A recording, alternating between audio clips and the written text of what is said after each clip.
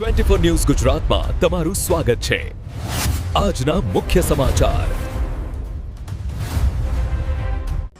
સાંતલપુર મામલતદાર DD પંડ્યાએ આત્મહત્યા કરવાનો પ્રયાસ, ખંડણી મામલે પોલીસ તપાસ ધમધમાટ શરૂ। સાંતલપુર તાલુકાના મામલતદાર ડીડી પંડ્યા શારીરિક અને માનસિક તણાવના કારણે આત્મહત્યા કરવાનો પ્રયાસ કર્યો છે। ઘટનાથી થોડા સમય પહેલા ડીડી પંડ્યાએ એક ચિઠ્ઠી લખી અને સોશિયલ મીડિયા પર વિડીયો વાયરલ કર્યો, જેમાં ખંડણી માંગનારા લોકોના નામો ઉલ્લેખ કરતા અને પોતાનું જીવન ટૂંકાવવાની વાત કરી હતી। માહિતી અનુસાર ડીડી પંડ્યા છેલ્લા કેટલાક સમયથી માનસિક તણાવમાં હતા। ચિઠ્ઠી અને વાયરલ વિડીયો દ્વારા તેમણે પોતાની મુશ્કેલી વ્યક્ત કરી અને ખંડણી માંગનારા લોકો સામે કડક કાર્યવાહી કરવાની માંગ કરી હતી। તેઓ એક પોલીસ કર્મચારીને ફોન કરીને હકીકત જાણકારી આપી અને સ્ટેશન આવવાની સૂચના આપી હતી। તબિયત બગડતા ડીડી પંડ્યાને માવજત હોસ્પિટલમાં દાખલ કરાયા છે, જ્યાં હાલ તેમની સારવાર ચાલતી છે। પાટણ જિલ્લા પોલીસ વડા દ્વારા ઘટનાની તાત્કાલિક તપાસ શરૂ કરવામાં આવી છે। પોલીસના અધિકારીઓએ જણાવ્યું કે ભવિષ્યમાં કોઈ પણ સરકારી કર્મચારી કે સામાન્ય વ્યક્તિ ખંડણી અને માનસિક ત્રાસનો શિકાર ન બને તે માટે કડક પગલાં લેવામાં આવશે। આ ઘટના લોકમાં ચિંતાનું વાતાવરણ સર્જી છે અને ખંડણી જેવા ગેરકાયદેસર પ્રવૃત્તિઓ સામે સખત કાર્યવાહી જરૂરી હોવાની જરૂરિયાત પર ભાર મૂકે છે। પોલીસે દરેક પાસાની કડક તપાસ હાથ ધરવાનું જણાવ્યું છે અને જવાબદાર વ્યક્તિઓને કાયદાના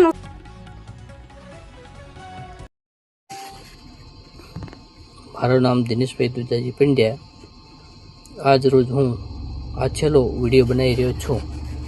મારા વિરુદ્ધમાં મારા ભાણેજ પંડ્યા કિશનભાઈ બેચરભાઈ છેલ્લા 4 વર્ષથી પાછળ પડેલ છે અને તેઓ મારા વિરુદ્ધમાં ખૂબ અરજીઓ આર્થિક કરેલી છે। તપાસ કરાતો પોતે થાકી ગયેલ છું અને તેઓ મને માનસિક ત્રાસ આપી અને મારી નાખવા માટે કોશિશ કરી રહ્યા છે। આજે મને બપોરે મારા ગામના વાઘેલા વસરામભાઈ શંકરભાઈ, જેઓ મામલતદાર કચેરીમાં ક્લાર્ક છે, તેઓનો ફોન આવેલ અને જણાવેલ કે પાટણ ગામના 4 રસ્તા વાવ અરુણભાઈ આચાર્યની કોમ્પ્લેક્સમાં ઓફિસ ચલાવતા પાટણ ગામના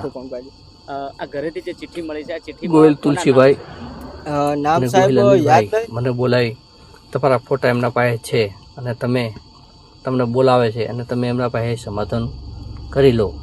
એના પછી મેં અંતરપેટે જાણવા મળ્યું કે દરજી મોહનસિંહભાઈ ગોભાઈ, તેમની દીકરી સોનલબેન, અનિલભાઈ પ્રજાપતિ અને મહારાજ આસારામભાઈ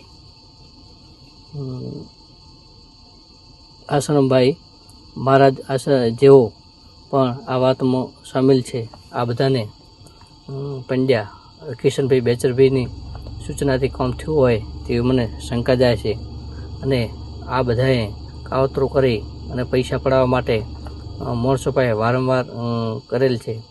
મને જણાવ્યા મુજબ જેનો પણ ફોટો મને મળ્યો છે એ ફોટાવાળાને મારે કોઈ સંબંધ નથી અને એ નિર્દોષ માણસ છે। એ પણ કીધું કે અમારા પાસે પણ ખોટી માંગણીઓ થઈ રહી છે ને એ ગરીબ માણસ છે।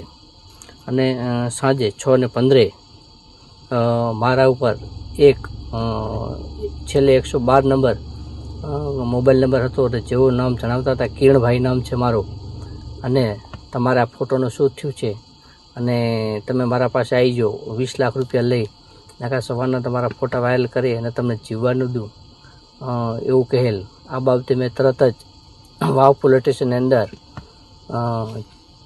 જેચીભાઈ જમાદારને ફોન કરેલ, જેઓ દોડગામ રજા ઉપર હતા। મારો પાસેથી નંબર લીધેલો અને એ ફોન ઉપર પોતે વાત કરતા ફોન ઉપાડેલ નહીં અને એ ભાઈના મારા વોટ્સઅપ કોલમાં 4 વખત વોટ્સઅપ કોલ આવેલા છે અને તેઓએ ફોટા મૂકીને તરત ડિલીટ કરી દીધા છે। 1 જ સેકન્ડ દેખાય તે અને તેઓ વારંવાર માગણી કરતા હતા। આની પાછળ આ મોટી આખી ગેંગ છે અને આ ગેંગ મને માનસિક ત્રાસ આપે છે। હું મારા ભાણેજથી કંટાળી ગયો તો મારા ભાણેજે અગાઉ ગોવિંદભાઈ જીલર આહિરના નામે ઓળખાતા, જેઓ વારંવાર ઇન્સ્ટાગ્રામમાં મારો 15 દિવસ હરકિશને અને તેઓએ ચલાવેલું છે અને હરકિશને એને 25 લાખ રૂપિયાની ખંડણી આપી અને મને સસ્પેન્ડ કરવા માટે કાવતરો કરેલો હતો અને મારા વિશે મારા ભાણેજે વારંવાર વિડીયાઓ બહાર પાડેલ છે જે મારા દીકરાઓ પાસે છે।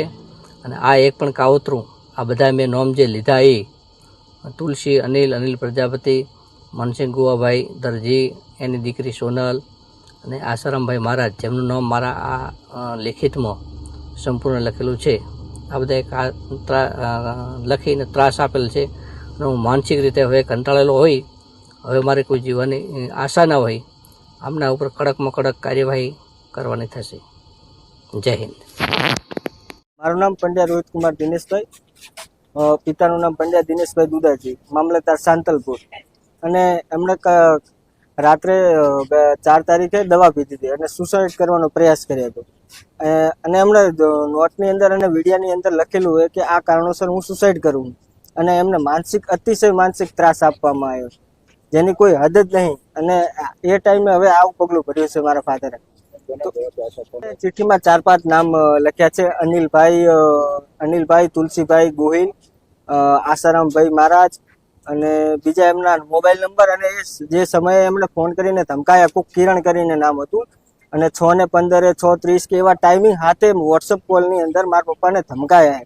અને એનું પૂરું રેકોર્ડ છે મારી પાસે. અને ફોનની અંદર પણ વિડીયો છે મારા પપ્પાનો, કે જે એ કહી રહ્યા કે આ કારણોસર હું સુસાઇડ કરી રહ્યો છું, કારણ કે હવે મારી કેપેસિટી એ સહન શક્તિ બહાર જતું રહ્યું. અને પોલીસે ફરિયાદ પણ અને જવાબ પણ લીધા હતા. હોસ્પિટલમાં આવીને મારા ફાધરનો જવાબ લીધો, ઘરે આવીને પણ પંચનામું કર્યું, મારો જવાબ લીધો, પણ કાર્યવાહી હજી જુએ એટલી થઈ નહીં. મારે સાહેબ એમને FIR નોંધાઈને એમને અંદર કરો સાહેબ, બીજી વાત છોડો. પોલીસે નિવેદન લીધું કે કઈ રીતની ઘટના બની, ઘર ચેક કર્યું, દવાની બાટલી, આ તે બીજું બધું. અને SP સાહેબને અને થરાદ PI સાહેબને, અધ્યક્ષ સાહેબને મારી નમ્ર વિનંતી છે કે આ ઘટનાની પૂરેપૂરી જાંચ કરે અને ગુનેગારોને સજા અપાવડાવે સાહેબ.